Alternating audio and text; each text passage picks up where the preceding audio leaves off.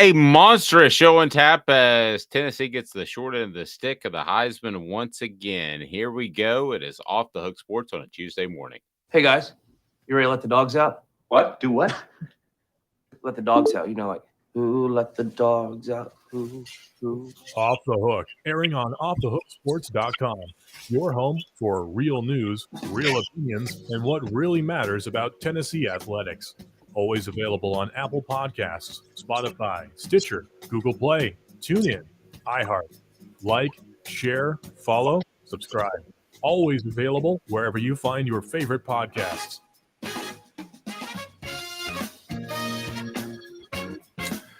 Good morning on this kind of sad Tuesday, to be real honest with you.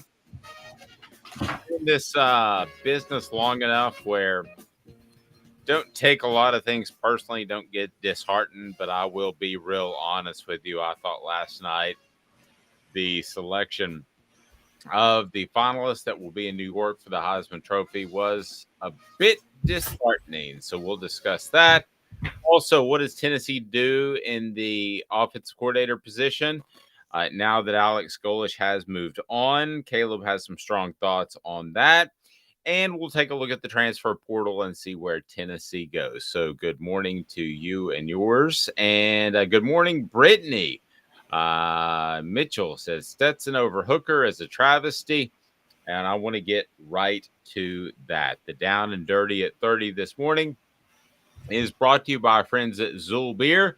ZoolBeer.com is the official craft beer of Off the Hook Sports. Good morning, Amanda. How are you? Doing well, Dave. How are you? I'm well. How about you, Caleb? I am doing amazing. Actually, I'm not. I just missed out on a parlay last night with the Bucks and Saints. I don't usually believe in parlays. I took a chance and didn't hit it.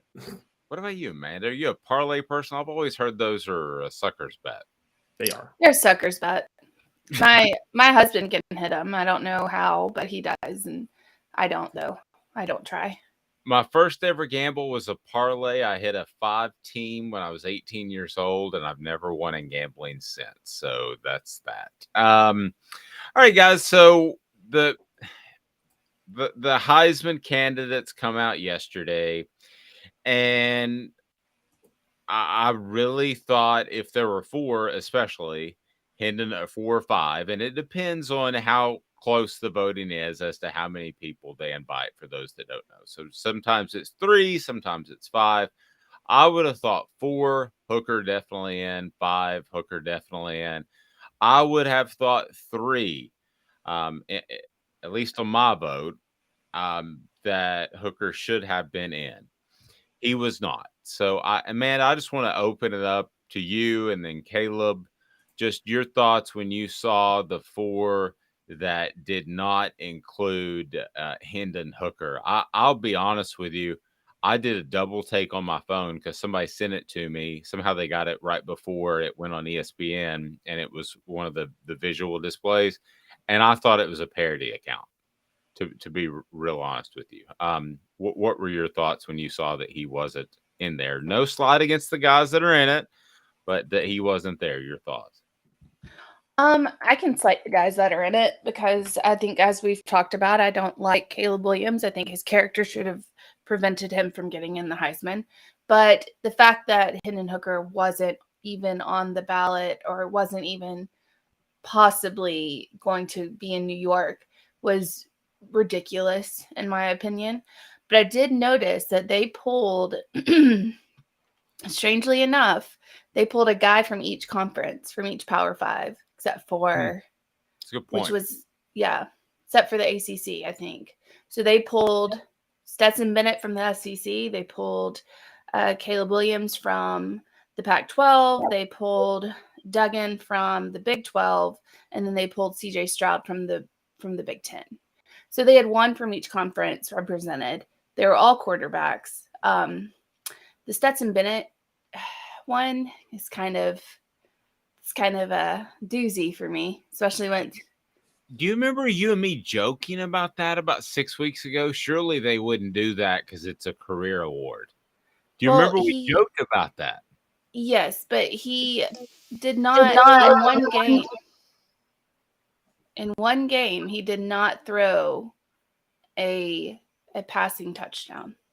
And I don't understand how you can possibly be put up in the Heisman if you don't throw a touchdown in a game.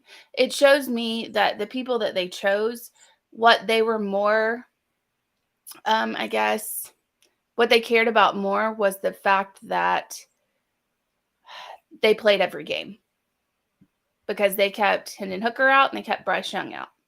And I think what they focused on was no injuries or no injuries that would keep them from playing in a game.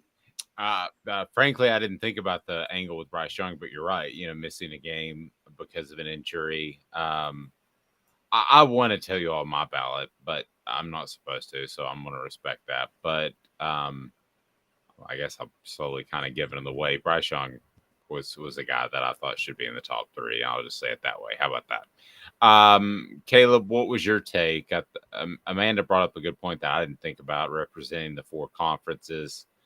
And I want to give a quick background, Caleb, before we go to you. There are about 1,600 voters. I don't think most have an agenda. I really don't. However, I think some aren't as tuned in and don't care to be. So they just go to the odd sheet or they go to the last name they saw and they throw a name in there. So I think there are issues with the voting. But Caleb, what was your take on the 4? Yeah, it was. I think what's very clear is there's inconsistency in the voting, and there is historical inconsistency in the Heisman voting. The standards that they set to put some players in, they didn't apply with other players, unless, as Amanda points out, they had a new standard where you're not allowed to be injured at all this year, which is a dumb standard take. So, if you're going to put Stetson Bennett there, then what you're saying is you value team success, which we've seen them set that standard before. Fine. Now, I don't hate him the way Amanda does, but if you are going to value team success, you can't put Caleb Williams in there because he has 2 losses just like Hendon Hooker and just like Bryce Young. So if you're going to value team success, you can't put Caleb Williams in. But you can't put Stetson Bennett over Hendon Hooker in there unless team success is the only thing you value, because there is no metric in which Stetson Bennett is better than Hendon Hooker. And I don't like saying this because I actually like Stetson Bennett. I think his story is a great story. Wes Rucker was talking about this last night where he was like, Stetson Bennett's a great story. Doesn't make him a Heisman contender because there's nothing outside of Georgia's success as a team. There is no standard to say that Bennett belongs over Hooker. And if you're going to use Georgia's success as a team, then there's no reason you should have a quarterback who has 2 losses, just like Hooker and Young, in there. So this is what I've talked about for years.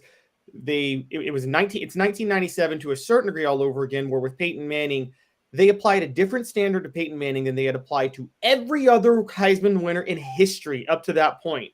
The Peyton Manning didn't beat Florida. But the year before, you gave it to Danny Warfel when he didn't beat Florida State. The year before that, you gave it to Eddie George when he didn't beat Ohio State.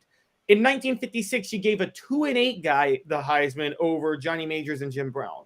So I think what's so frustrating looking at this ballot is, there's no clear-cut deserving winner this year, and I get it's hard, but yeah, I'm sorry. I don't want to pile on Stetson Bennett, but there's no standard in which Stetson Bennett and Caleb Williams are both in the Heisman top 4, one or the other, son. I want everybody to hit that like button because the more you do that, the more it opens up to more people. And I want to get as many people and on board because I want your opinions on how this went down and how hurtful this might be for the Tennessee fan base. Amanda, let me ask you this.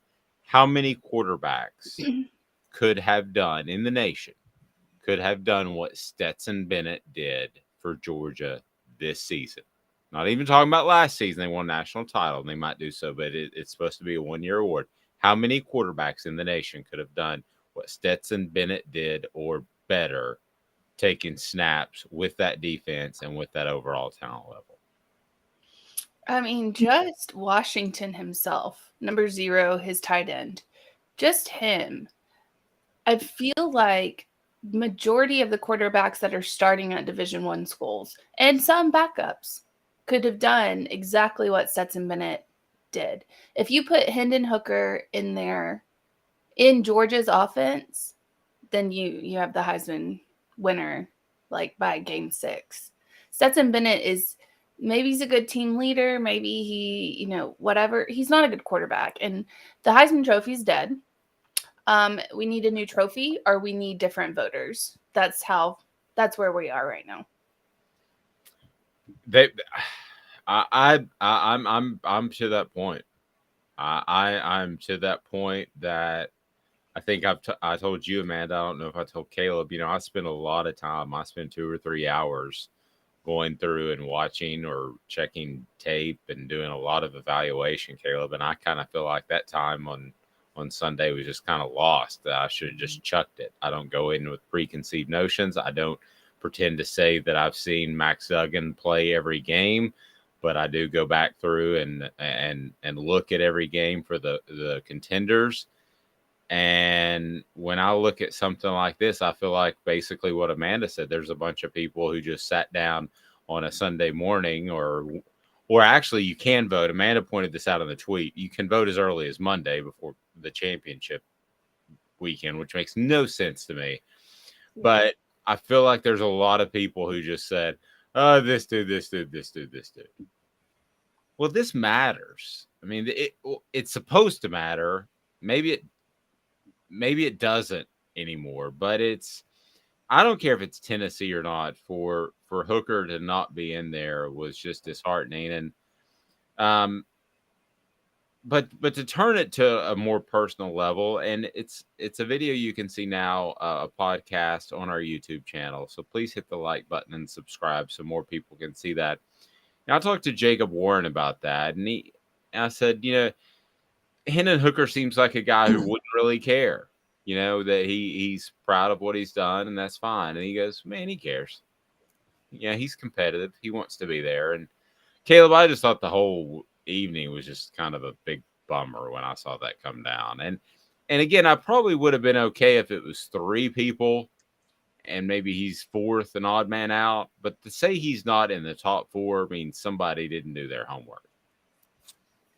Yeah, I'm going to take a bold stance because I think Tennessee has – this is not because I cover them. I think Tennessee has been the most uniquely jobbed of a Heisman of any program in history because of the way the standards have changed when they've had 3, maybe 4 legitimate candidates. Because you could say Hank Lauricella in 1951 too.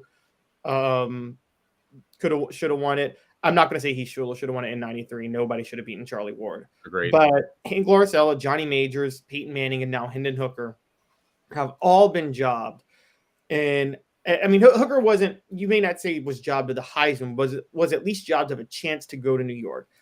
I think Tennessee should honestly, to take it more personal, to make this even like more legitimate, I think Tennessee should have a new tradition where if by chance they do get a Heisman invite in the future, and a potential Heisman winner, the player just doesn't accept it. Just show up the Heisman, embarrass them. Do what T.O. did with the Hall of Fame, when the Hall of Fame was consistently like, we're not letting you win, we're not letting you win, we're not letting you win. And then they changed their mind in the last minute. And they're like, okay, we'll let you win. And T.O.'s, whatever you feel about T.O., I actually agree with the argument that you might want to make. If you don't think he should have been in the Hall of Fame, that's fine. But for them to change their opinions, the last year he's on, wasn't it the last year he was on the ballot or something like that? For them to change their opinions on T.O. right then, it was like, oh, you guys just wanted to punish him and humiliate him for a few years and then let him in. I had no problem with T.O. saying, I'm not showing up for this. And let me ask you this. So I'm not trying to compare the 2 Heisman campaigns at all because they're very, very different. But I thought that Peyton Manning was really overexposed throughout that year. He came in as the leader, and I kind of thought people got bored with it. And ESPN has admitted to try to drum up a competition. So whoever you thought should win it that year, I thought Peyton Manning was overexposed. People kind of got sick of hearing about him. So, Amanda, let me offer this. Is there a chance a chance that Hendon Hooker was just overexposed, that Tennessee got too good, too quick, seemingly too easy? We know what they went through in the offseason and the transfer and all that, but there was a lot of Tennessee in your face, let's be honest with you, in October, especially after the Alabama win.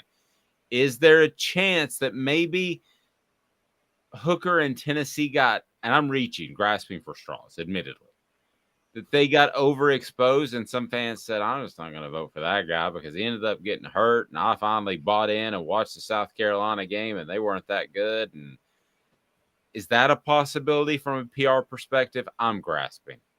No. There's not. That's not a possibility, because if it was an overexposure kind of thing, then CJ Stroud would not be on the Heisman. Great point. He was shoved in everybody's face. Hendon Hooker was a dark horse for a while. I mean, he he was a front runner for maybe a week or two, but CJ Stroud was shoved in every single person's face from like June. They were already, CJ Stroud was going to win the Heisman. He was the favorite from week 1 to week like 10 or something like that. I mean, he was the favorite. So if we're doing overexposure, CJ Stroud is definitely that one. It looks like to me a bunch of the Heisman voters just waited until their ballots came out. Like they're able to vote like on the Monday or something, and looked at, oh, who's the latest on the Heisman? Like let's look at the records. Oh, Caleb Williams, CJ Stroud's in there. Let's pick Stetson Bennett because he's on the best team. And then Duggan. And they're like, oh, okay, that's why Hendon Hooker wasn't mentioned. That's why Bryce Young wasn't mentioned. Because by that time, their Heisman odds had fallen pretty significantly because they missed games and they weren't going to the championship. CJ Stroud's always been in there. I don't know if he's just like or not him, but if Ohio State's just like the darling of ESPN, but CJ Stroud has been constantly pushed in our faces this year. Always. You're right. Bad take on my end. Nobody was more overexposed than CJ Stroud. You're absolutely right. Dean said, we're frustrated this AM this morning, but we did this to ourselves by losing to South Carolina. Well, I mean, that's true, but Tennessee didn't hurt Hendon Hooker's knee by themselves. If he comes out there and makes that game a little bit closer and respectable, and I believe that would be the case, and then comes out and Tennessee's going to score every bit as much against Vanderbilt with Hooker as they did Milton, then we're not having this conversation. He's definitely in a top 3 scenario, right? Well, yeah, and Tennessee hurt themselves in the playoffs. They didn't hurt Hendon Hooker's Heisman. I mean, the stats still speak for themselves as far as Hooker's concerned. Did he do that well against South Carolina? No. But he was lights out in every single game before that, and he left it all on the field at South Carolina. I mean, he was let down by his team. It's not the other, Tennessee didn't lose him the Heisman. They lost the playoff spot with the South Carolina loss, with the Heisman, no. No. We'll take a look at the finalists. We're going to stick with this topic longer than we typically do because I just thought it was I'm a bit crestfallen as a voter. I'm a bit disappointed in the fellow voters. So hang tight. I want to get your comments. Hit that like button so we can get more people on board. I'm going to go into some more reasons and why perhaps Hooker wasn't involved in a group of 4. Again, if it was 3 last night, I get it. It was 4. It was 4 that made it, and Hendon Hooker wasn't one of them. That is absolutely hard for me to fathom. It's not hard to fathom. AndyMasonRealEstate.com, because they got 40 years of experience. That's your decision to be made. AndyMasonRealEstate.com is based off 2 things: best customer service, and it is based off the best prices. How about that? Can't beat it. Pretty simple. AndyMasonRealEstate.com. So out of the group of 4, who is Hendon Hooker better than? We're going to break that down back in 2 minutes with Amanda LaFrada, Caleb Calhoun. I'm Dave Hooker, Off the Hook Sports. Inflation has risen to the highest level in over 40 years, according to the April 2022 U.S. inflation calculator. Will your investments provide you the income you need in retirement? Are you losing purchasing power of your savings due to inflation? Simply stated, if the cost of goods and services are 8% higher and you're only earning 4% in your investments, that money buys you less of what you need. Right now is the time to act. Call Guardian Investment Advisors today. Hey folks, Gary Viles here. I want to personally invite you to North Knoxville's newest sports bar and restaurant. It's Big Orange Phillies, located in Black Oak Center.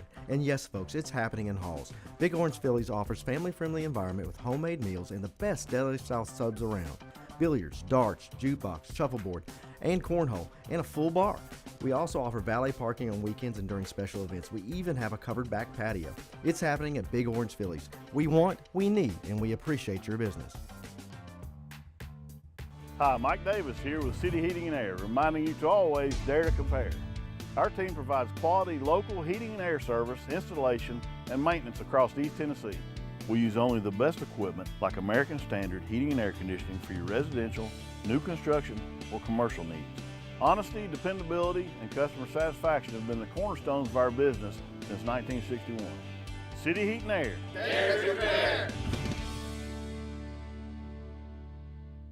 This is Al's Dish Barbecue Supply, so come on in and see all the different rubs and sauces we have, plus a complete line of Green Mountain grills. Don't be overwhelmed. We have plenty of help so you can produce the best barbecue and amaze your family and friends. Barbecue is America's food. We'll do what we can to bring you all the best products. We're Al's Nest Barbecue, where Chattanooga goes to grill.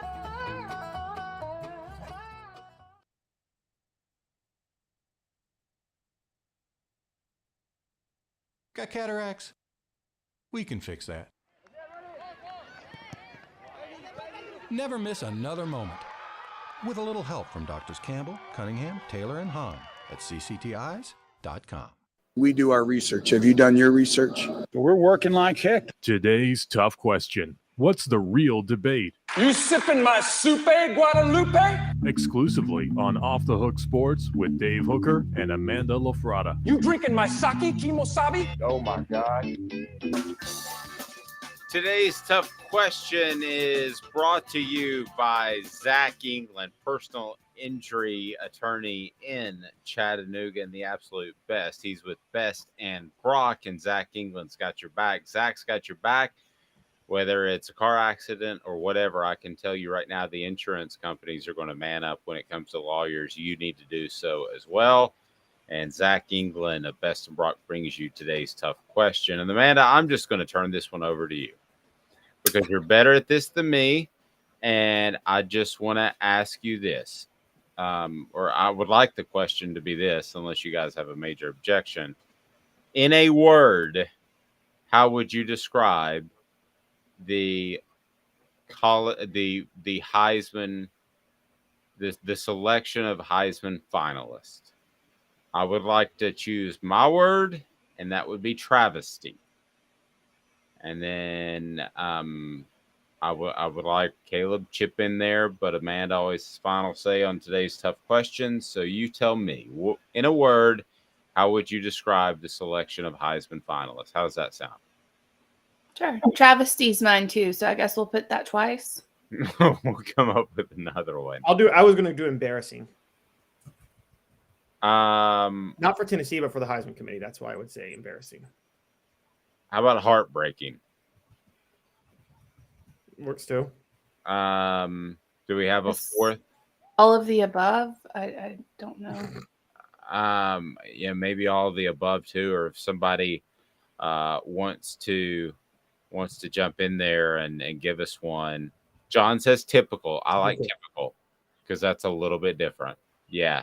And Smokey, somebody said Dave turns it over to Amanda, and the dating sites come in. Yes, they are on the message board, but I'm blogging them as we speak. It's because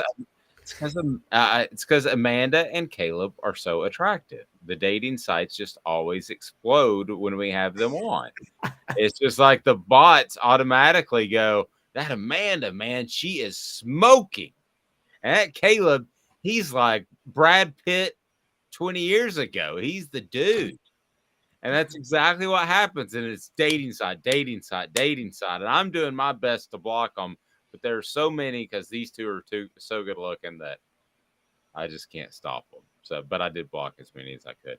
Dean said deplorable, but Amanda, you choose the 4 that you want to go with. And I want to go back to some comments quickly. Again, if you're just joining us and you were asleep under a rock last night, the Heisman ceremony will not include Hendon Hooker, and just absolutely heartbreaking. Tennessee Smokey says, seems many voters are growing tired of power SEC teams, Alabama, Georgia, LSU, Florida, and now Tennessee getting all the attention in college football, undefeated seasons, championships, top players. Just okay, he just mentioned LSU. Random thought. What does Jaden Daniels do if he's Georgia's quarterback with that defense? Are they still undefeated? Or are they still the number 1 team in the nation, Amanda? Yeah. Yes. There's no question. Yeah. And I'm sorry, I disagree with that point too, because it's Tennessee, not SEC. Sorry, Amanda. Sorry. Keep going. I'm gonna go with what Caleb said. If it was an SEC bias, then Stetson Bennett wouldn't be in there. Yeah. That doesn't make any sense because Stetson Bennett is on the best team in the SEC right now. So Stetson Bennett shouldn't be a name. He wouldn't be a name if he were on any other team or if Georgia had a loss or 2 losses. Stetson Bennett wouldn't be in there. But since he is the quarterback of the best team, he's on there. Yeah, I would have had Blake Corum over Stetson Bennett. That's not an SEC guy. No, that's the Michigan guy. Yep. Yeah. Did he miss 1 game? 1.5 games? Yeah, he missed about 1.5 games. Or no, I think he just missed 1, didn't he? Because didn't he start the Ohio State game and then get hurt early on in it? I think he tried to play. Maybe he got 4 carries or something like that. But how many Heisman voters are somehow affiliated with Ohio State? Yeah, I don't have the exact list, but it's supposed to be spread out pretty evenly across the country. I do think for a long time there was an East Coast bias. And when I say East Coast, I mean east of the Mississippi, not necessarily on the actual coast. But I thought there was one of those for a long time. When? Because USC had a ton of them.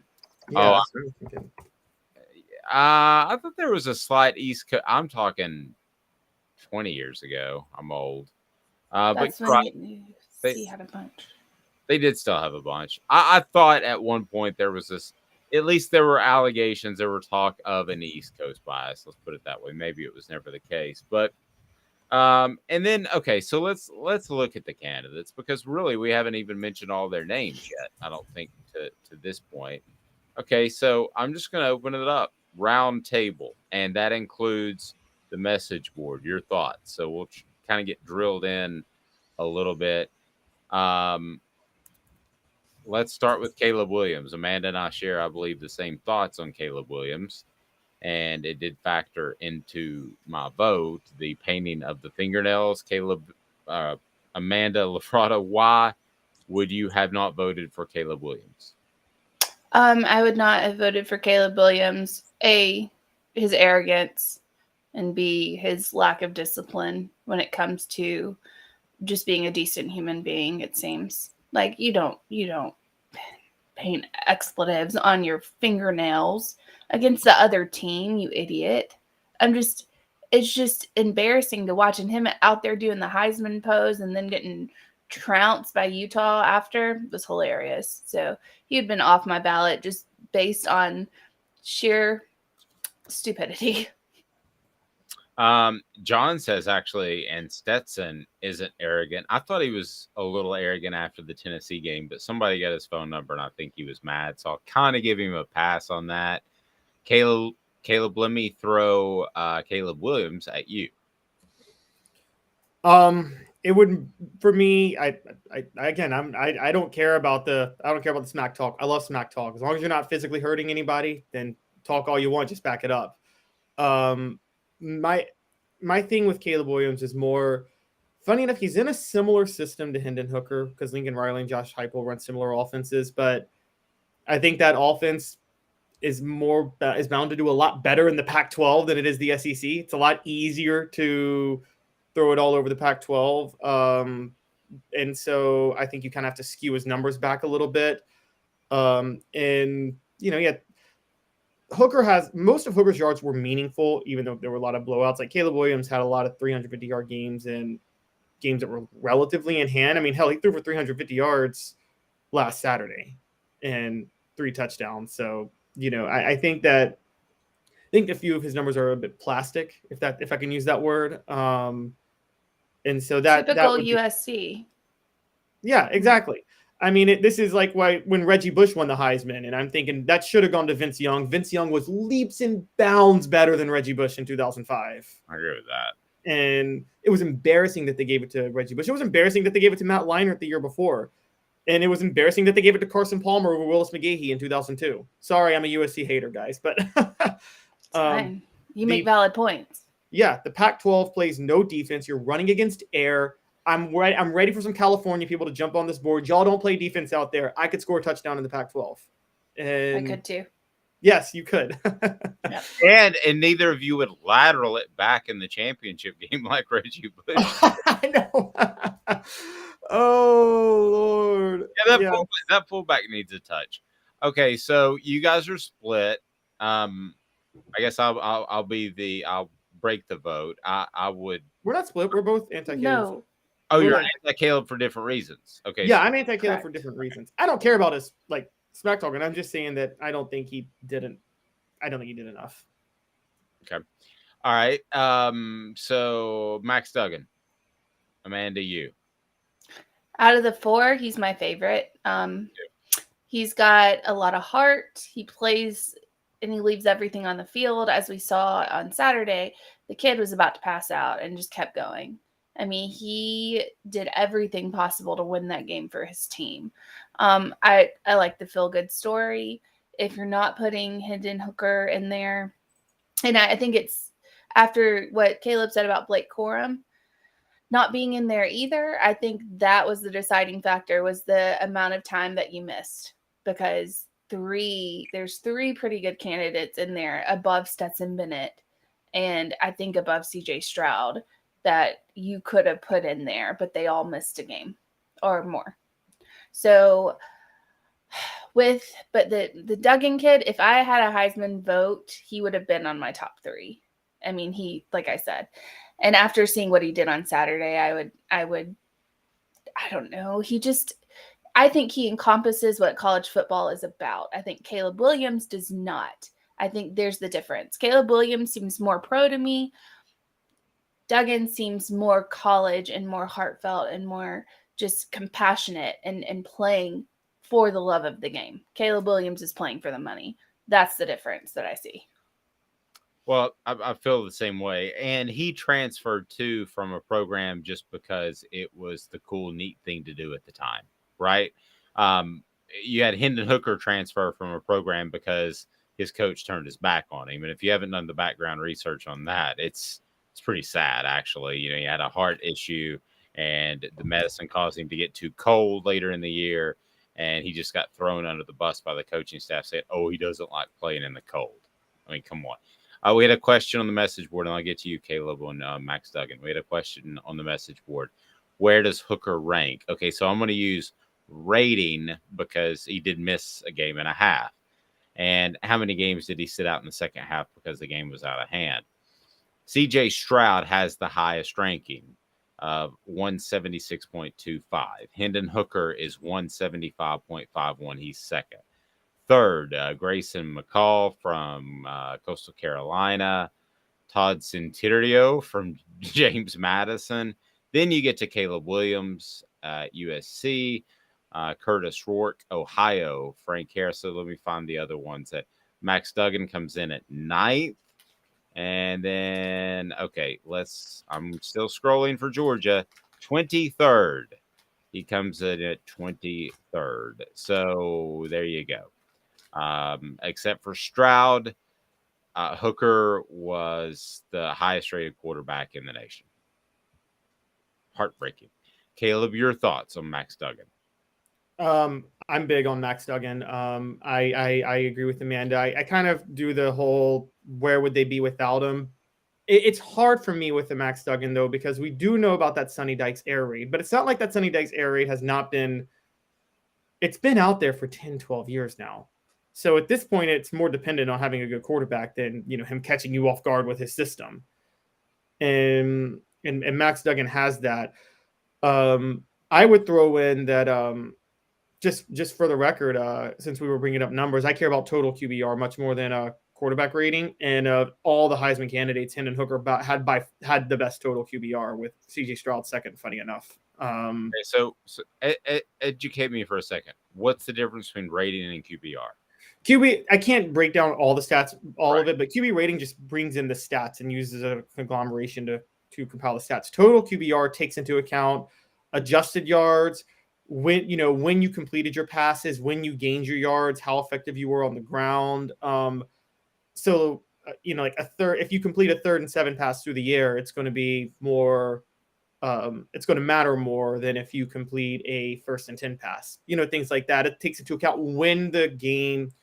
It takes into account when the passes and the stats were compiled and what the score of the game was at the time. Okay. When it mattered. Yeah, when it mattered. I did not know that. I'll start Yeah. doing that. Okay. Yeah, ESPN. It's hard to know exactly how they do it all, but ESPN did it, put this together about 12 years ago, and it's proven to be a much more effective stat than average quarterback rating.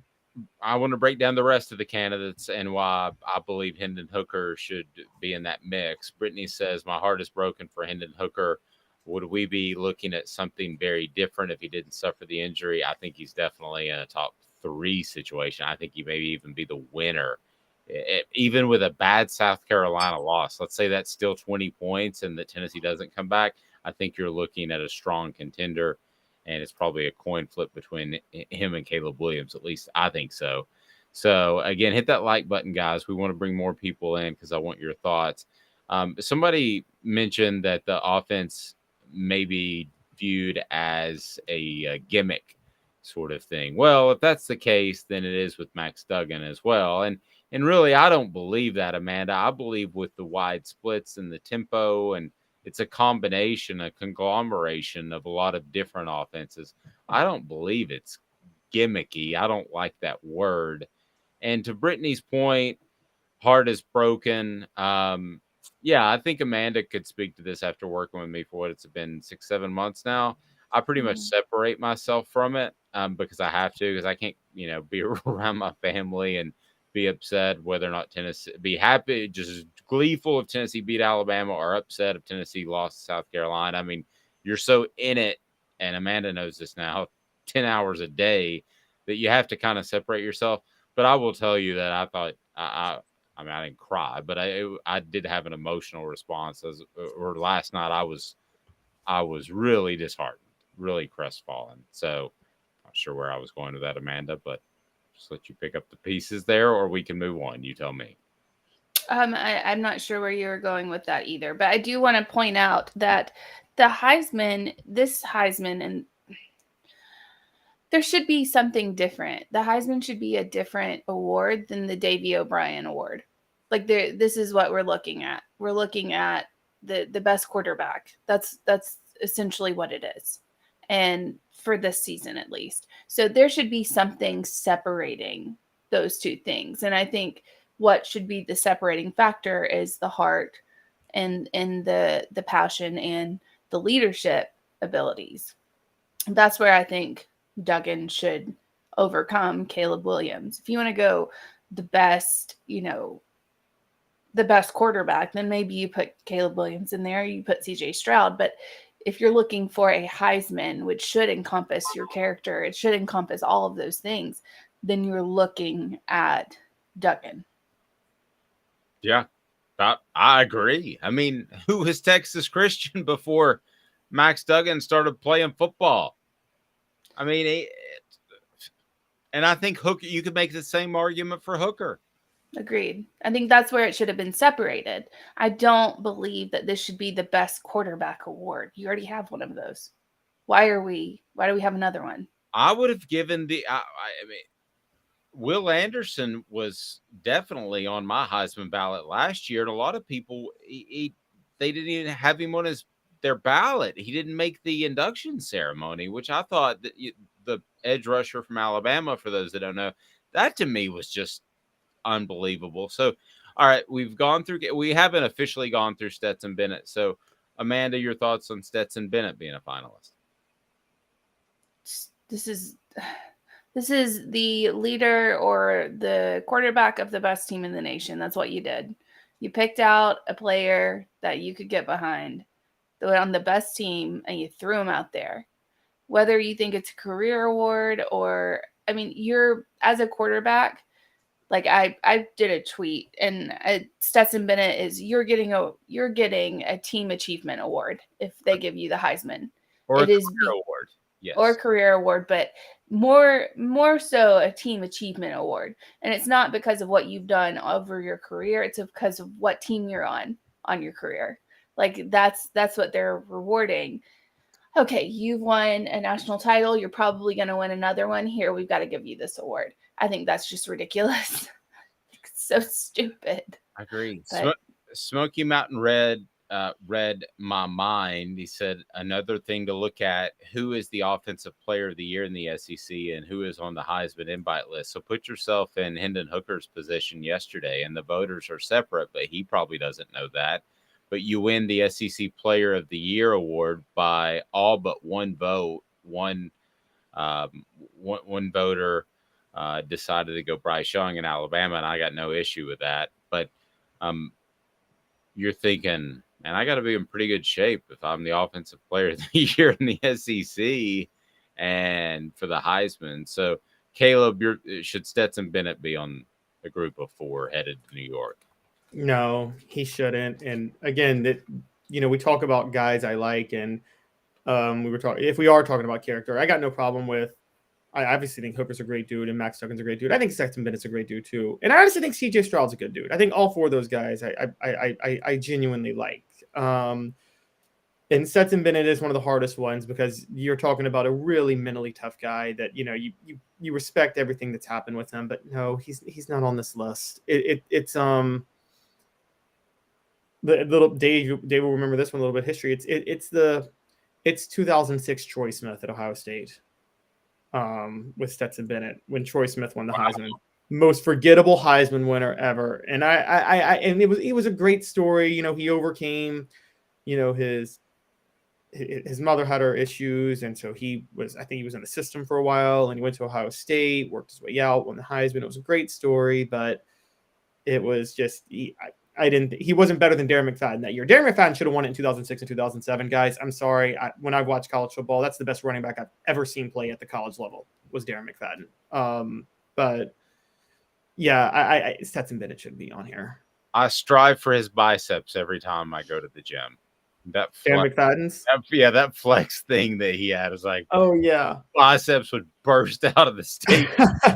What is Dave? What about it seems like, and you've been around a lot longer. I feel like there's a lot of no covering the Heisman. Okay, I'm sorry, I'm not trying to age shame you. Okay, I feel like there is a massive issue of prisoner of the moment with the Heisman, where the last 2 weeks just outweigh everything. I think of Peyton Manning in '97. Look, let's be honest. Peyton Manning was hot garbage against Vanderbilt that year. He was awful. In the SEC championship game, I thought he was great, but he did throw 2 interceptions in the SEC championship game, and they were a lot closer with Auburn than they probably should have been because of a bunch of offensive turnovers. And I think that might have weighed on the voters that year because Woodson that year also finished playing awesome against Ohio State.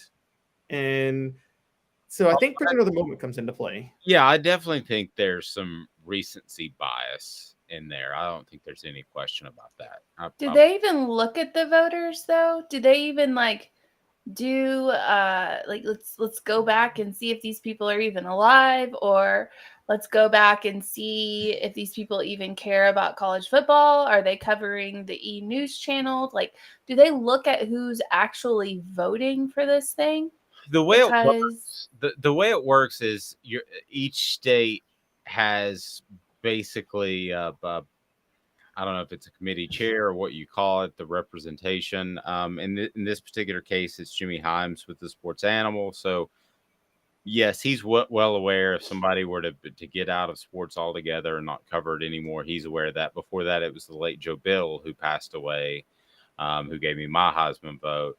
So yes, they are supposed to be aware. I know that Tennessee with Joe and Jimmy are very aware if you're still working in sports. I can't tell you if somebody from Florida is aware. So that's the way it works. I think some people have surprised me with the fact that they had a vote. I'm not going to name names, but I think they've given out a few too many. But I do think there are different jobs in sports, and I think that, and I'm not knocking television people, but I think the job is to get the clip and get it up, and you have a lot of things to do. You have to cover local football as well, high school preps. And I think it's really difficult to watch a lot of football as the three of us do on a Saturday. I mean, the three of us, we're tuned in from noon to midnight. Why wouldn't they give the votes to like AP voters that they know have to watch, or maybe not AP, but whoever they know have to watch the games to make their decisions, or should be watching the games instead of 1,600 random people? Are you talking about voters for like the Heisman? But you're talking about like when you say AP voters, or you're talking about for the national teams and the conference teams.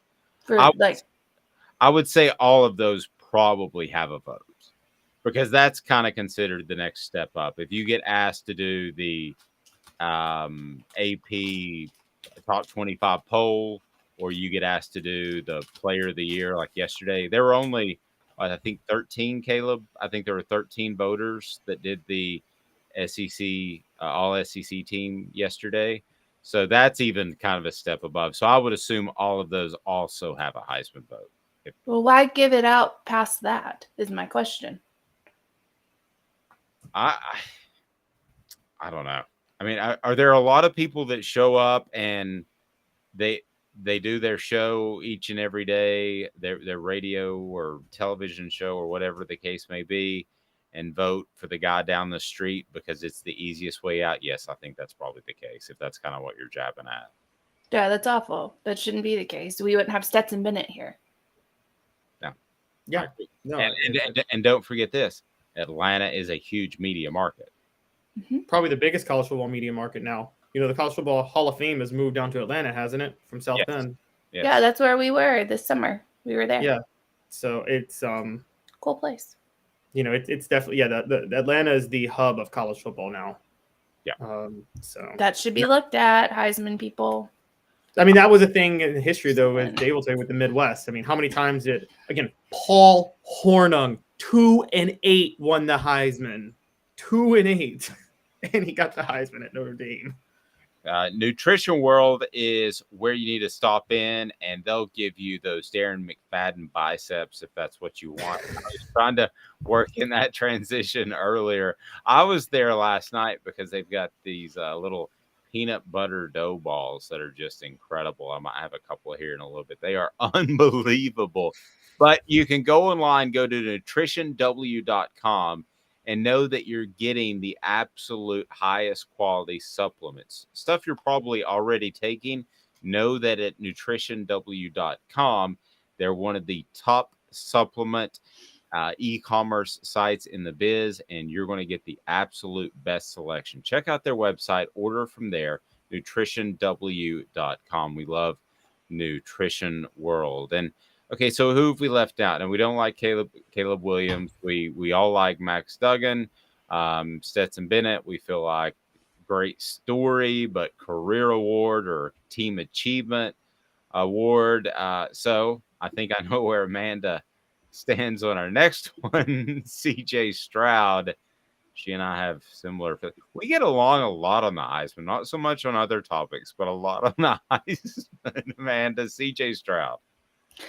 CJ Stroud had all the talent surrounding him in the world, and he underachieved with it. Got beat at home by his rival by 22 points. CJ Stroud, you can look at his stats and say, oh, yeah, he's good. He's this, he's that. But look at who he's also going against.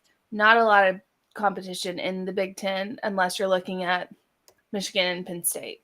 I mean, that's really who he went against. I thought he had probably Ohio State's the most talented team, if not for Georgia. And the wide receivers that he has on that team, it should be a next to impossible not to win the Heisman like he was projected to do so this season. And somehow managed to not, is probably not going to win the Heisman. So I think he underachieved with the talent that he had, and he couldn't execute to save his life. Yeah, Chris Landry, in an off-air conversation, said he really thinks that Ohio State has 4 first-round receivers. Now, they're not all eligible this year, but Caleb, if you drop back and throw to 4 first-round potential wide receivers in the NFL, that's pretty good. I remind everybody to hit the like button so we can open it up to more people. And the Super Chat function is available so that we can reinvest and do more things with the show. So I'm still figuring that one out, to be real honest with you. So go ahead and click on the Super Chat. And if you want to contribute to the show, we greatly appreciate that. So Caleb, your thoughts on CJ Stroud? I don't have a problem with him being in it. I wouldn't vote for him. I agree. I think the biggest reason I wouldn't vote for him, he was the ultimate stat patter this year. Like the ultimate. If you guys watched a lot of these games, they kept him in the third and fourth quarter. Now, I will say he did actually, a lot of his stats were meaningful. When I talk about total QBR, he's behind Hendon Hooker. He has the best total QBR of anybody in the Heisman top 4. Funny enough, Jalen Daniels at Kansas had the highest total QBR. It's just he didn't accumulate enough stats this year, but all of his stats were meaningful. But so CJ Stroud was behind Hooker. Massive stat patter. You're right. Big Ten was so weak this year. He played 2 teams, Penn State and Michigan. You could say 3 in Notre Dame, but Notre Dame wasn't the same Notre Dame team they became when he played them, and he didn't play that good against them. And no, they lost to Marshall the very next week. Exactly. And so the one defense I'll give him in the Michigan game is, look, CJ Stroud doesn't play defense, and Ohio State's defense turned into air the last 2 weeks of the season. And that was embarrassing. And every Ohio State player on defense should have just been forced to should be suspended for a game, even if it's the playoff, just for how they played against Michigan and Maryland, funny enough. So that's the one thing I would say is they're supposed to be loaded with talent on that side of the ball too, and they embarrass themselves. But I agree, CJ Stroud, I just don't think he did enough. And with what he was given. Start out with a complete team. You should run away with the Heisman. Exactly. And by the way, if we're going to talk about gimmick offenses, they're all these quarterbacks are in somewhat gimmick offenses except Stetson Bennett, and none of us think Stetson Bennett is the best quarterback out there. But CJ Stroud is in the Urban Meyer spread offense. Hendon Hooker and Caleb Williams are in that, I guess you call RPO veer and shoot offense, and Max Duggan is in the air raid offense. So this concept of gimmicky offenses is somewhat silly to me because most Heisman winners were in systems designed for them to thrive, i.e. Danny Warfel at Florida. No, you're absolutely right. That was the most gimmicky offense of all time, what Steve Spurrier ran. He had better athletes. Yeah. That was a simple, you run 5 yards, you read the defensive back, and you know exactly where to cut based off of his stance and based off if he's flipped his hips. That was as gimmicky and as simple as it could possibly be. It worked. I'm not knocking it. If you think about it, the triple option is gimmicky. Yeah, it is. And Eric Crouch won the Heisman one year. The triple option is just read the defensive end. It couldn't be any easier. If you have the physical ability to run and make a split-second decision, then you're good in the triple option. Take a snap. No accuracy required whatsoever. Outside of the Bill Walshes of the world and who else, if you guys want to throw names in there, I don't think anybody's recreating how we discovered the atom. I don't think that's. Yeah. I did see this weekend, though, a fake flea flicker. Did you see that? I think it was TCU maybe that did it. So you turn and fake like you're pitching, and then you run. No, he turned and he faked like he was pitching it, and the guy Wasn't that ran. Purdue? Was it Purdue? Okay. Yeah, The Purdue guy tried it. ran, and I think the other guy ended up throwing it or something. It was the craziest thing. We were like, did he just fake that? And he did, and it was pretty insane. You're talking to somebody who once, when I played baseball, I looked at the guy that's standing on first base, and I said, "Hey, I need to adjust that base. It looks like it's off of its mount." And he stepped off, and I tagged him, and he was out. Nice. Great. Dave, when I played high school, I was the king of leaning into pitches. So Man, is that bad or a little funny? That's bad. That is Gamesmanship. just, that is so bad. Like, you should be able to play and get somebody out just using skills in baseball. You shouldn't have to talk them off the bag. I was like, it's off its mount. I don't even know what went through my You head. ain't cheating, you ain't trying. Yeah, and there was another. We did run the hidden ball trick. That's a classic. You can run that once a season, and it works. Where the pitcher acts like he's got it, and he's pounding his glove, but really the first baseman has it. When he takes the lead, you just tag him, and he's out. That's a pretty good one too. We had kind of a dirty coach back in the day. But Guardian Investment Groups won't do you dirty. They'll take care of your money, and they'll tell you why they're putting it where. And to have that sort of insight gives you a lot of solace, and you don't have to worry about your money being in some precarious position, because that's Guardian Investment Advisors. Guardian Investment Advisors is easy to find at giaplan.com, giaplantoday.com, and it is just fantastic. And when you go there, know this, that you can get the very same service that multimillionaires are getting because of the fact that we can now do video conferencing. So, all right, this day in sports history coming up next. We might get to some Joey Halsey, and should he be Tennessee's next offensive coordinator? It looks like that's going to be the case, and we've got a lot more. So stay tuned, more Heisman talk, and I want to get your thoughts. So hit that like button. Be sure, if you haven't already, subscribe, because we want your input. 2 minutes back off the sports.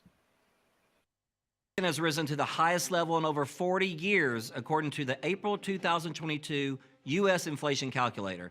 Will your investments provide you the income you need in retirement? Are you losing purchasing power of your savings due to inflation? Simply stated, if the cost of goods and services are 8% higher and you're only earning 4% in your investments, that money buys you less of what you need. Right now is the time to act. Call Guardian Investment Advisors today. Hey folks, Gary Viles here. I want to personally invite you to North Knoxville's newest sports bar and restaurant. It's Big Orange Phillies, located in Black Oak Center. And yes, folks, it's happening in Halls. Big Orange Phillies offers family-friendly environment with homemade meals and the best deli-style subs around. Billiards, darts, jukebox, shuffleboard, and cornhole, and a full bar. We also offer valet parking on weekends and during special events. We even have a covered back patio. It's happening at Big Orange Phillies. We want, we need, and we appreciate your business. Hi, Mike Davis here with City Heating and Air, reminding you to always dare to compare. Our team provides quality local heating and air service, installation, and maintenance across East Tennessee. We use only the best equipment like American Standard heating and air conditioning for your residential, new construction, or commercial needs. Honesty, dependability, and customer satisfaction have been the cornerstones of our business since 1961. City Heat and Air. Dare to compare.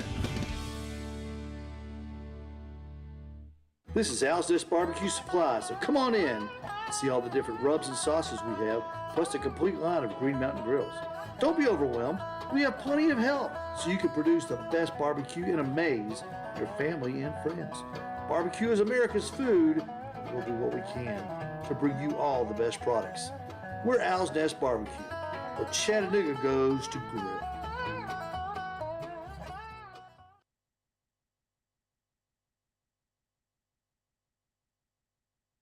Got cataracts? We can fix that. Never miss another moment.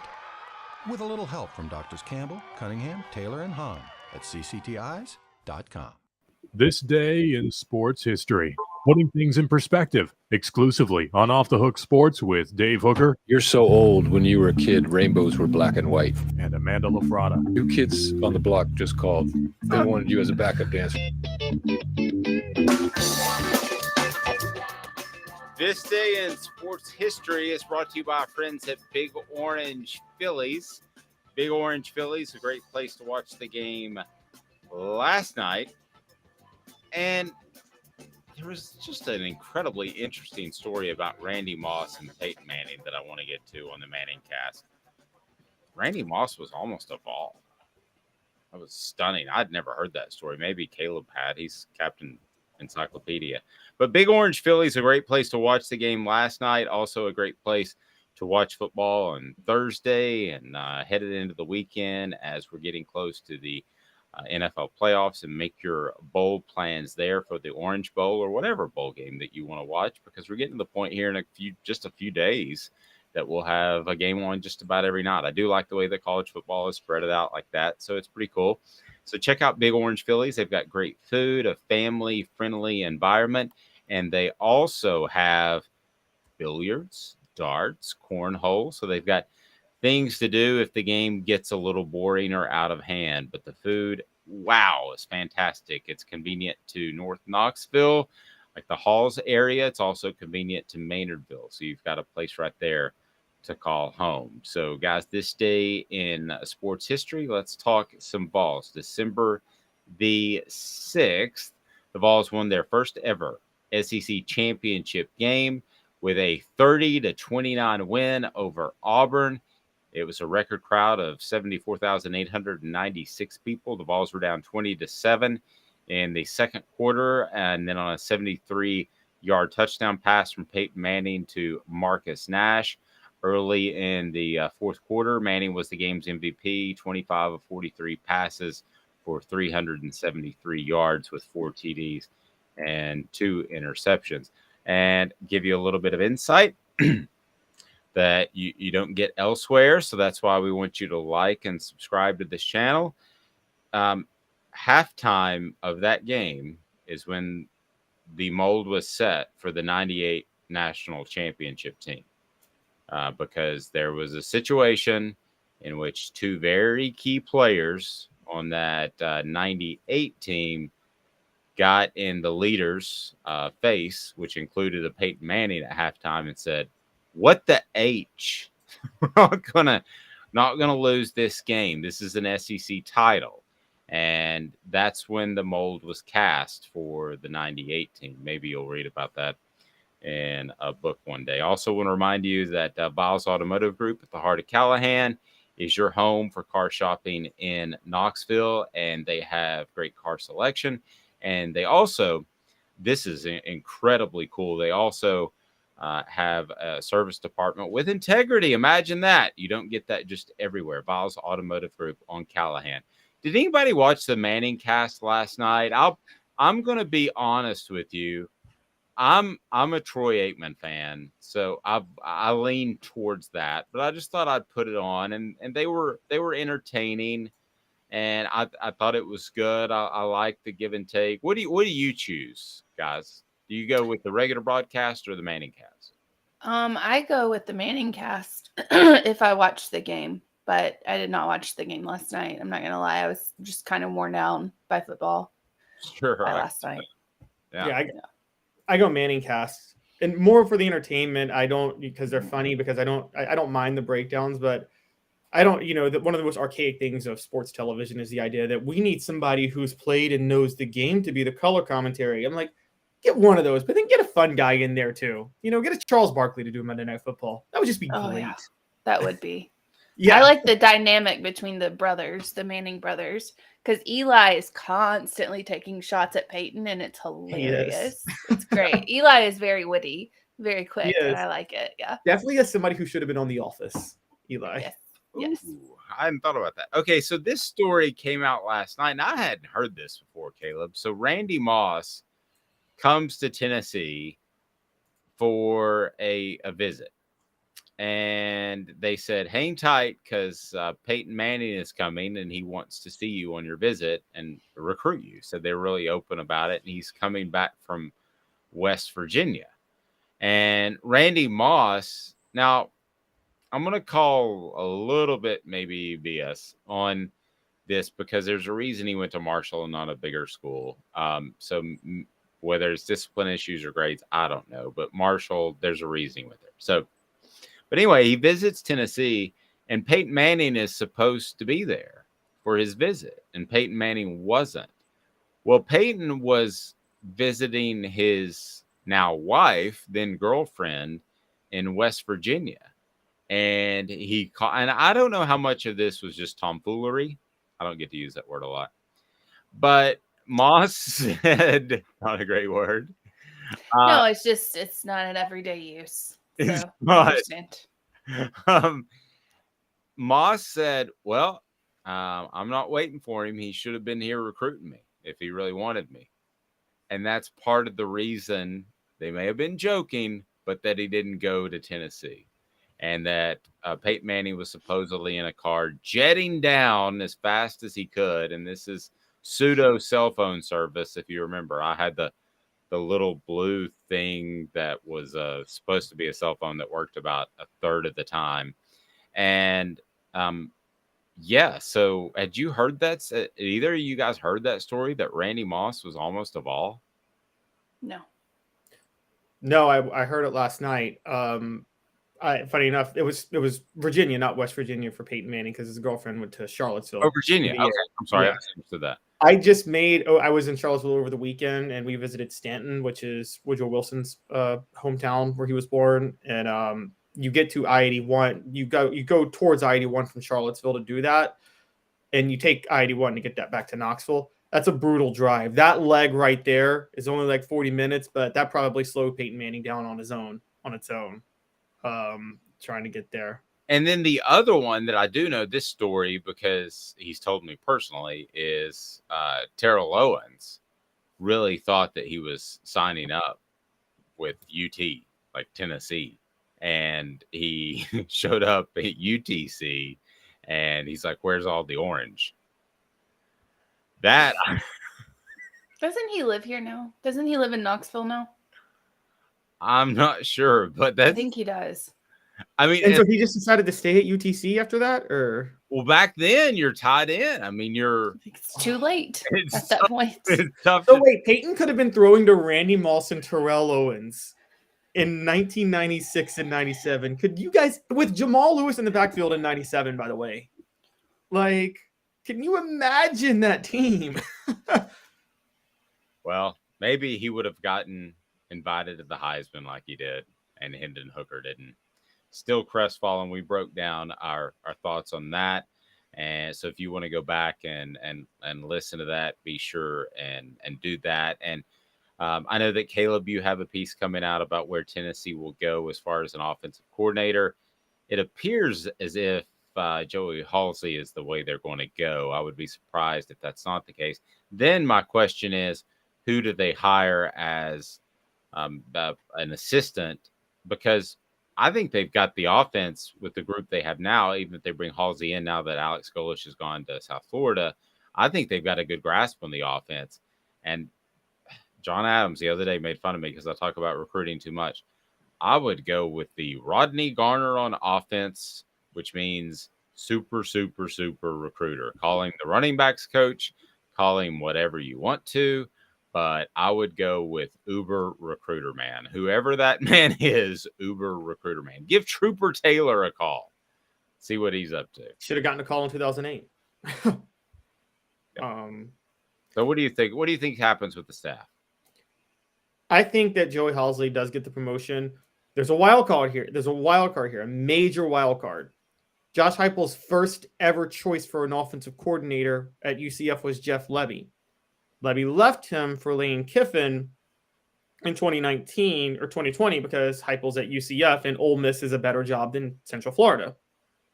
Well, Lebby's still an offensive coordinator, not a head coach. He's at Oklahoma right now. I think given what just happened with Brent Venables at Oklahoma this past year, I think Lebby might be willing to jump ship and go back to coaching under Heupel and go to Tennessee. And that's not a lateral move at this point. So No, you feel, and Amanda pointed this out early in the season, and you feel like the Brent Venables thing is not going to work, Amanda. And the other thing, just like Tennessee, you mold your whole program around one side of the ball. So Levy might not be happy if that's molded around the defensive side. It's molded around the toilet right now. So he might not have I mean, he might not have a job in 2 years.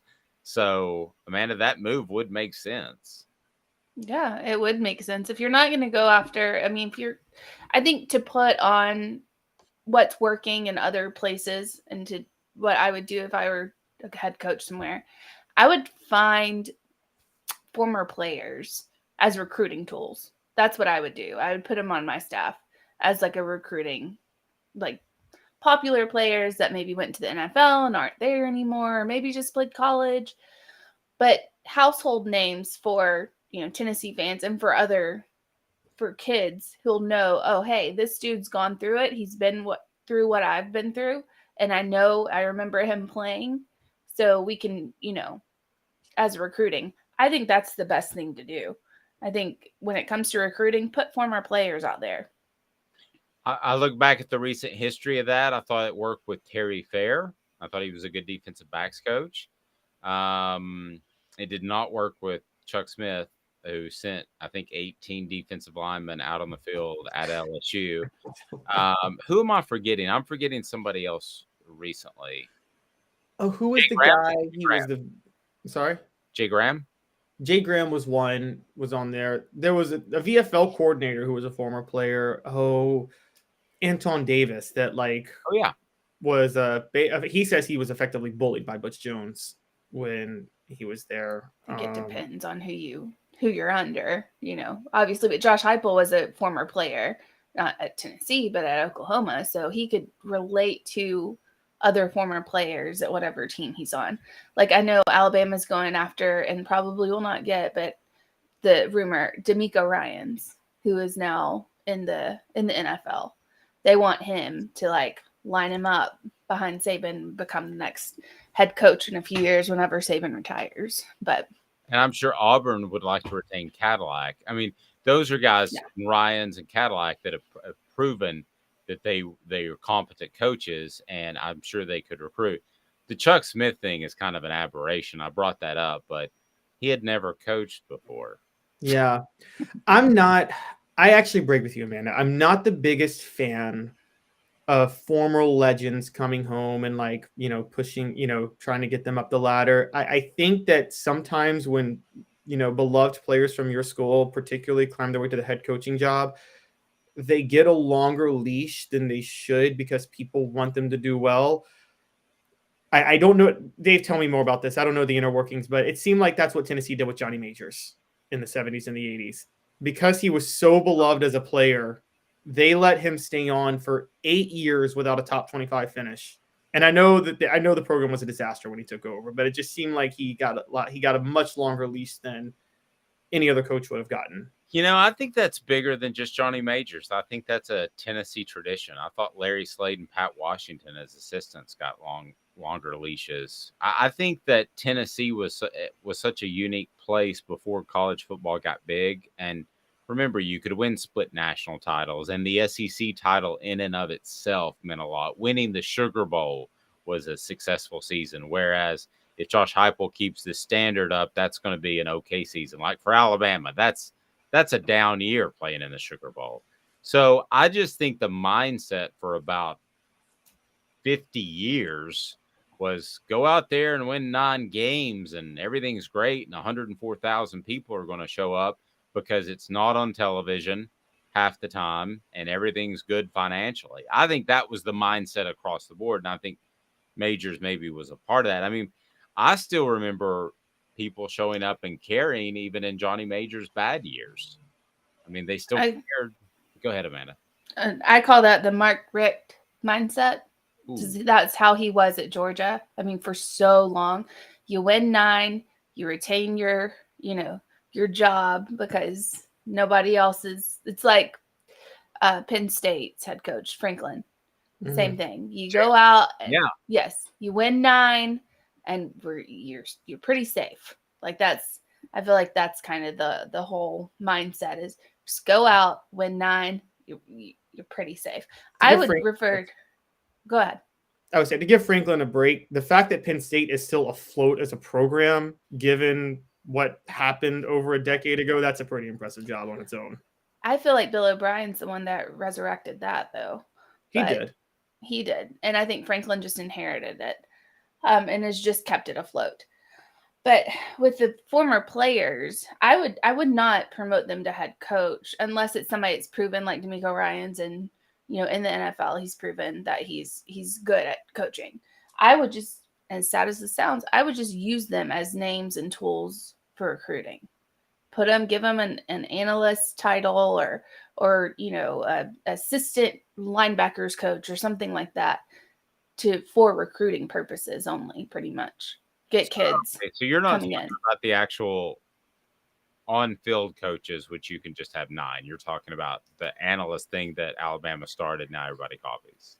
Yes, I would do former players because I think that your biggest asset to recruiting is having these former players who can come in and say, well, when I was here, this is how it was ran. This is that, and help guide them through that.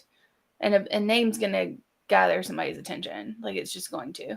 Well, the ultimate example, I know you're not a huge fan, but the ultimate example is Philip Fulmer, who played for Tennessee. And then, he proved himself as an offensive coordinator. And then, through some shady things with Johnny Majors, became the head coach and had success. So I guess that would be the ultimate example. He's shady. Well, yeah, I'm not arguing that, but that would be kind of the ultimate example. I'm trying to think of it, one maybe elsewhere, or who would be a guy that you could bring in to Tennessee that's currently having success as a coach. I can't. One's not popping to mind, but Caleb, that might be a fun thing for us to delve into on the side. Well, there's a problem with this, with Tennessee specifically, which is that you got to go a little further back, because if anybody from the past 15 years comes to Tennessee and says, when I was here, this is how it was done. If I'm a player, I'm like, well, I don't want to be like what it was like when you were here. And so, at least Fulmer could be like, when I played, I won the SEC championship and the Sugar Bowl in back-to-back years. And then when I was an offensive coordinator, I won back-to-back SEC championships. I think Dave probably agrees with me. I think Fulmer was a product of the most elite talent ever when he was offensive coordinator, with Carl Pickens and Chuck Webb and, Tony Thompson, Alvin Harper. I mean, gosh, that 89-90 Tennessee offensive teams were just loaded with talent those 2 years.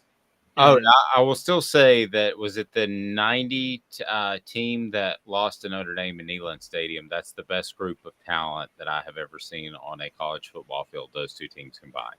Oh, yes. 90 Tennessee, Notre Dame. And then the next year, there was the miracle at South Bend. But absolutely. Message board bingo today. I want to remind you that Bassey Lawn and Garden has the industrial mowers. They have the commercial mowers. They have the residential mowers right there in beautiful Cleveland. So if you're in Nashville, Knoxville, or Chattanooga, especially if you're in the industrial side or the commercial side, you owe it to yourself to give them a call. Check out their prices, because they're able to buy in bulk, so they get better prices. Bassey Lawn and Garden, man alive, it is worth the drive. And no, Travis, we're not going to start the Peyton conversation that he should come back and coach Tennessee. That was not Peyton. I was thinking like Arian Foster or somebody that come back and help running backs. Just the name to recruit. Yeah, but Arian Foster like would that. recruit well for you at Tennessee. He's talked. Well, yes, right. But that's the name I was thinking of, like a timeline kind of thing. You've got me racking my brain. I'm trying to think of somebody. There has to be somebody. Maybe Josh Dobbs come back as a QB coach. I don't know. There you go. Something like that. Who? Josh Dobbs come back as a QB coach. Don't hate it. I tell you one that would be really good, but he's never going to come from the West Coast, would be Casey Clausen. He coached up a team from 0-10 to like a state title. Yeah. Now it's a private school division, but within like 2 years. So, and he might have. Jim Bob Cooter. Boom. He's yes. been an Wasn't he at the Cowboys at some point? He was offensive coordinator of Detroit for a long time. Something like that. Yeah. Apparently Bring had him the best Wonderlic score of like a ton of guys. So like, bring him back. Jim Bob Cooter, bring him back. It wasn't that long ago where he took sliding into one's DMs as maybe we can't as a take real thing called sliding into the window and into a lady's bed. Yep, Oh, I retract my statement. It can't be him. If Hugh Freeze can do it, I mean, my God. I don't think Tennessee should set its goal to be like Hugh Freeze. They've Just already had saying. they've already had to settle a few lawsuits Tennessee has over the past 10 years. So past 20. The precedent has been set, is all I'm saying. If you can bring back Hugh Freeze to the SEC, you can bring back anybody. I'm just curious as a female. Imagine yourself in your single days, Amanda. If suddenly you've got somebody that you don't know cuddling you in bed. I don't cuddle. I've always hated it. Hate it. It's like, get off of me. Don't like to cuddle. So if somebody did come and cuddle me, we'd have a gun. So if they're unknown. Yeah, I carry, so no problems. How in the world is he an NFL head coach? Here we go. Message board bingo is now. Amanda is going to read off a message board post. And then after she does that, what happens? You get to guess and tell us if you can determine what board that was posted on. And if you do so before Caleb, then you're going to win a gift certificate to Craft Treats. And Craft Treats is phenomenal. Craft Treats, go to crafttreats.com. And all you have to do is use the promo code Off the Hook for any of their treats. I highly recommend the chill pills, okay? Because the chill pills, my dog jumped up on the bed like 4 times yesterday thanks to the chill pills. And he's been struggling with a little arthritis in the back hips, but he is hitting it now, and he is just a different dog, and it's because of the chill pills. And the chill pills also will help with digestive issues and anxiety issues. And he has those too, but those are kind of cute when he barks at people and bites Amanda. It is message board bingo, and it's brought to you by... He gummed me. He didn't really bite me. He kind of gummed me. I know. I was like, ow. I was like, ow. Should I just say ow? Like, because make you feel better? Like, oh, ow. Ooh, that hurt. Message board bingo is now. All right, Amanda, what do we got? We would have beaten Georgia. If they had been in the SEC championship instead of LSU, our team just peaked way too late. At the end, we had the best defense, and the offense was clicking. An SEC school.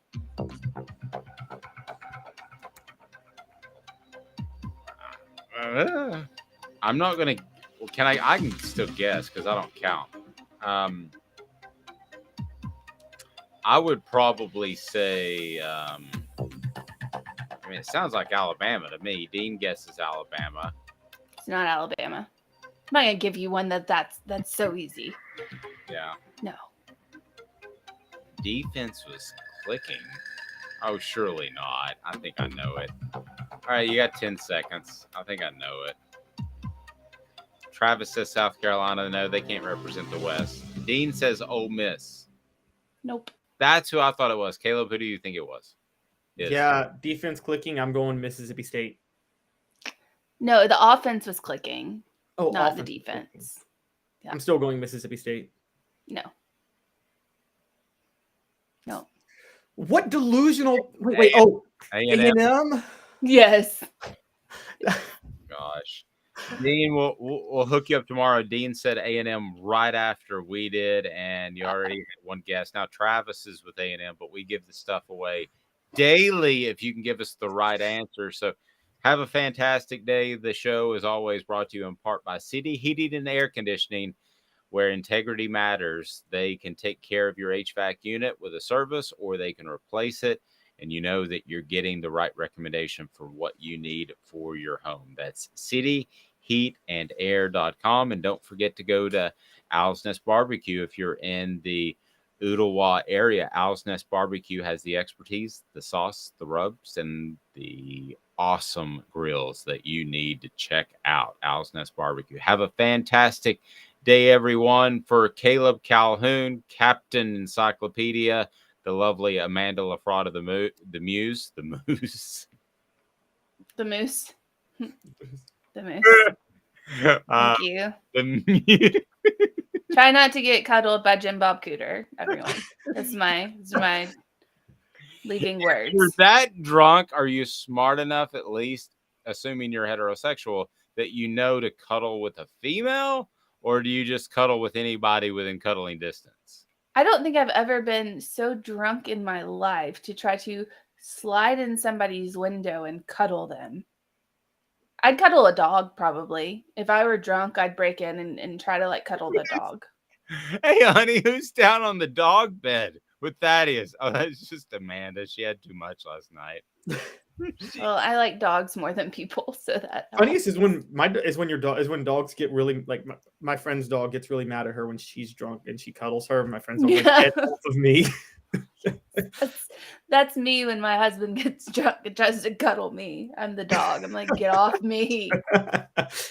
Have a fantastic day, everyone. We will talk to you promptly at 8:30 tomorrow morning. For Amanda and Caleb, I'm Dave Hooker. This has been a presentation